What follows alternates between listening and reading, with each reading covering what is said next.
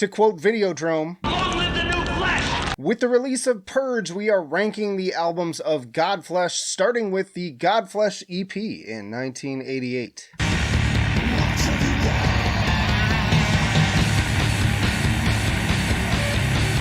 Alright, I'm not going to include every EP, but a few people seemed really upset that I skipped this one last time. Definitely setting up a blueprint with those big sludgy grooves and harrowing howls. The only thing missing is some of the darker atmosphere and production we get on the next album, though certain tracks like Godhead certainly come close. I'd actually compare the sound of this one more closely with something from like early Melvins or Nirvana's Bleach, which actually came out a year after this, so maybe there was some influence there.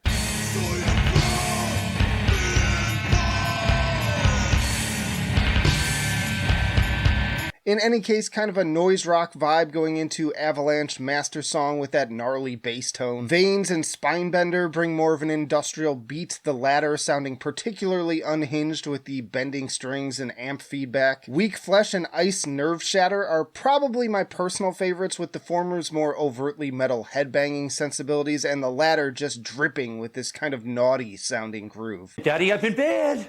Daddy, I've been a bad boy! Not among my favorite releases from them overall, but a very strong start. I'm going to put this one at good tier. Then, of course, we have their first full length in Streetcleaner in 1989.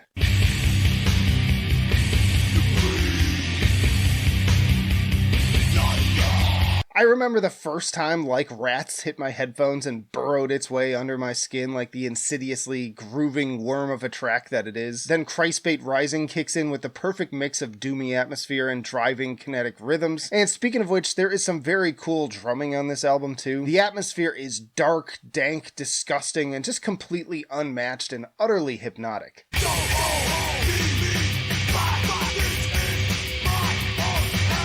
By the time you get to Dream Long Dead, you're kind of lost in this miserable, droning gauntlet that is strangely comforting at the same time. It has this vibe that I very strongly relate to and associate with being a kid in the 90s. Everything was just so bitter and nihilistic, yet kind of fun and experimental at the same time. Best decade, if you ask me, but yeah, I vividly remember picking up a copy of this at the used CD store and just being, I'm blown away! You're blown! Rolling Stone listed this in their top 100 metal albums of all time, and as far as I'm concerned, if you want a must-listen list to get started with industrial metal, this should definitely be near the top of that. I'm putting it at perfection. They followed that up with Pure in 1992.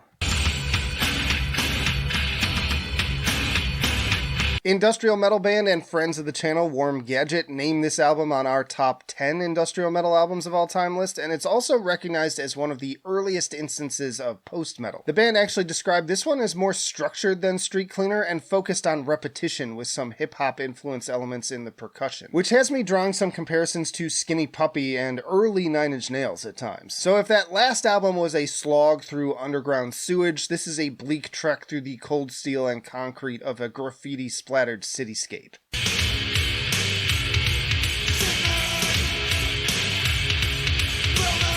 And yeah, it's definitely a bit of a different listen, but it's also got its own standout moments. There is something so damn infectious about the riffs on Predominance, and the vocals have this weird kind of brainwashing quality to them. The best way I can put it is that their music kind of massages your brainstem, like it really taps into that reptilian part. I want to stab you to death, then play around with your blood.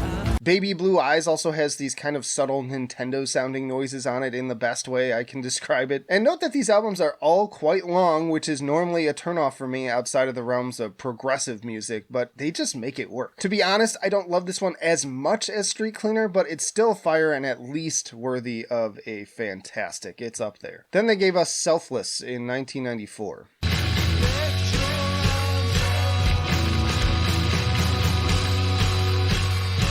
Broderick called this his rock and roll record, which I can kind of see with some of the guitar work, but it's still very much woven into their usual framework. He also called it their last pure album before their reformation, and they performed it almost in its entirety at the 2018 Roadburn Festival. Personally, I find this one to be a little bit less engaging, with a lot of slower tracks like Black-Boned Angel and Imperial kind of putting me to sleep. Boring! I could see like Type O Negative fans and that ilk enjoying this much more than me, but yeah, personally, it's a little bit of a snoozer.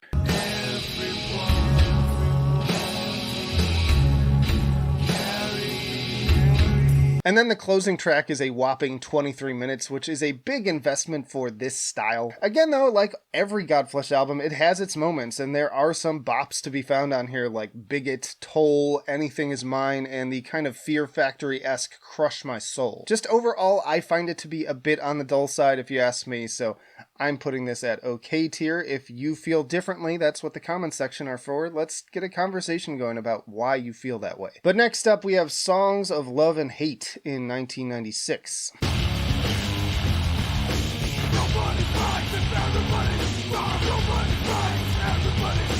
This is the first album to include live drums, and it's going for more of a straightforward metal sound similar to bands like Helmet, and as a fan of Helmet, I dig it. Wake is a banger that would have easily fit on Strap It On, Sterile Prophet is a total headbanger complete with vaguely primacy bass sounds, and an ending riff that is very similar to the one from Winona's Big Brown Beaver, which came out just the year before. Then you've got that seasick, churning, distorted bass on Amoral. Kingdom Come and Circle of Shit are simultaneously super funky and totally creepy. Like, seriously, peep these tracks and try to sit still. It's like Godflesh meets The Prodigy.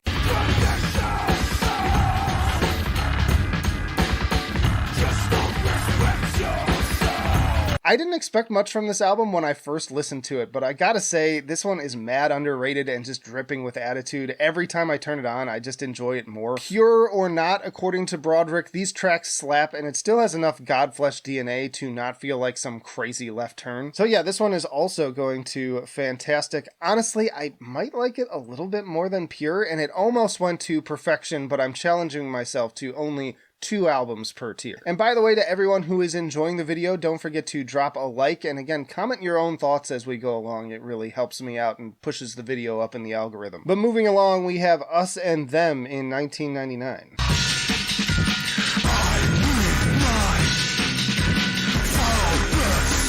So speaking of left turns, this album is way more influenced by breakbeats, drum and bass, old school jungle trip hop, and hip hop, which sort of brings it back closer to the industrial fold, but more like the kind of pitch shifter and then again dancier stuff like The Prodigy. Though there are still some slower kind of Streetcleaner tracks as well, like Us and Them, but that's definitely not the norm on this album. I could definitely see some metalheads and longtime Godflesh fans hating this album, but I've been into breakbeat driven electronic music since like the Mortal Kombat and Matrix soundtracks, and also some of those Bomberman 64 games, so this still works for me. Like, I like a pretty wide variety of music, as I've been recently talking about in my non-metal albums videos, and at the end of the day, for me, if it's done well, I'm into it.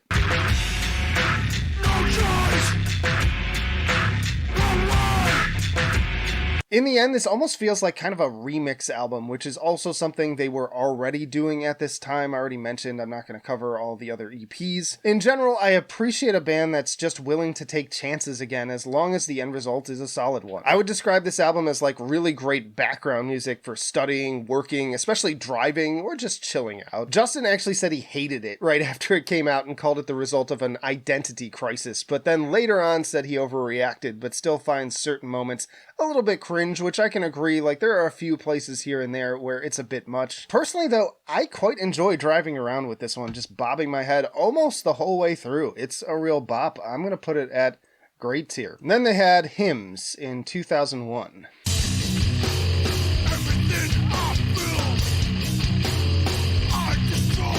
So this was the last album before the initial breakup, so understandably there was some drama going on during its recording and production. We're also back to more of a hard rock vibe, except this time over a sprawling 74 minutes, which is long even by their standards. Apparently they couldn't decide what to cut, so they basically just didn't cut anything aside from maybe one song, and the result is unfortunately but unsurprisingly just all over the place. A few commenters got upset with me for saying this last time, but parts of this album actually make me think of Korn's early material, not so much in the vocals as in the instrumentation, and I'm also going to double down on the early Godsmack comparison for that one guy who got really bent out of shape.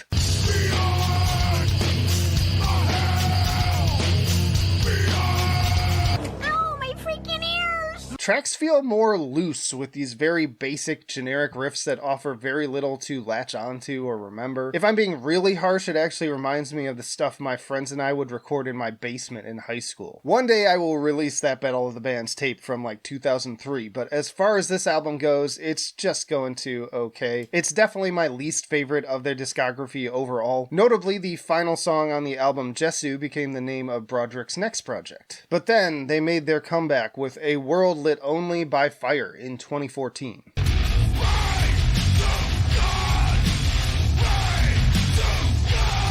I can't believe this album is already almost 10 years old. Like, I remember when this album was announced and I was super stoked about it. I jammed it for the first time on the way to my work at a residential facility, and it got me so pumped by the time I got to the parking lot. This is the Godflesh that we didn't even know we needed. Like, they came back as heavy and ferocious like Streetcleaner, except on 8-string guitars for an even lower, more crushing sound.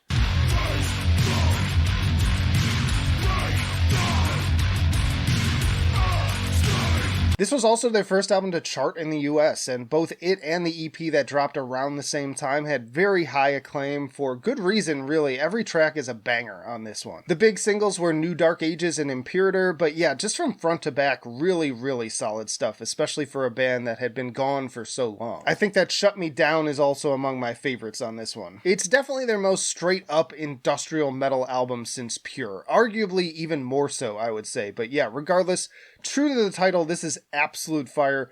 No pun intended, it is going to perfection. Better feel the burn. I can feel it burning. Then they had Post Self in 2017.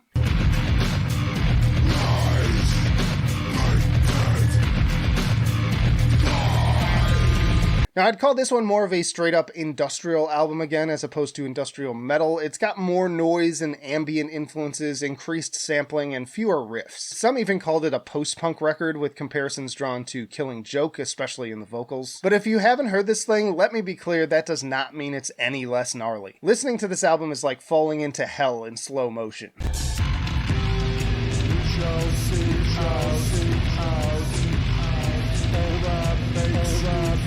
But if you still want those faster moments, you can still get them in the likes of Parasite, Mortality, Sorrow, and No Body. While the guitar takes a backseat, the ridiculous bass tone absolutely threatens to tear your subwoofer to shreds. Like, seriously, the bass work on this is just pummeling. It will destroy you. Now, I will say this is definitely not the first album I'd recommend to a new listener unless they already like the weirder side of industrial, but as somebody who does appreciate that kind of music, I'm all in once again. Jamie Morgan of Code Orange actually called it their best album, and I can totally see how it's influenced their sound on some of their albums. Also, notably, it's one of their shortest overall at just 46 minutes, which I think works well to keep the madness at least somewhat contained. I'm putting this one at great tier. Which brings us to Purge in 2023.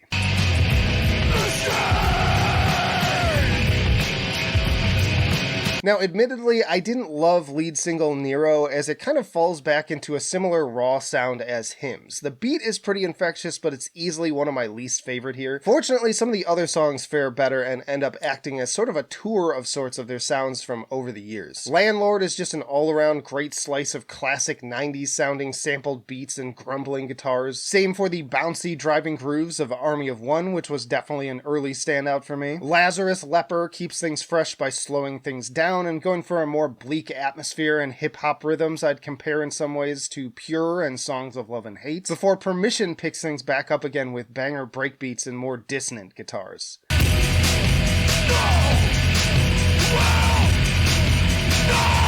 Meanwhile, The Father and Mythology of Self focus more on droning, hypnotic atmosphere, the latter really digging back into those old Streetcleaner influences, then ending on a particularly eerie and dreamlike note a la Selfless with You Are the Judge, Jury, and Executioner. It's a fairly tight 8 tracks over 44 minutes that almost feels closer to 30, and while the rougher production isn't what I would have chosen, once your ears adapt to it, it does sort of add to the somewhat throwback quality. Definitely not among my favorites in the overall discography, but a solid addition and especially welcome in a year seemingly bereft of good industrial music. We're going full circle here, and it's winding up next to their debut EP at good tier. Y'all check out this playlist for more industrial metal rankings and videos, and again, let me know down in the comments, how would you rank these differently? What are your different thoughts? Let's get a discussion going. But that'll do it for now.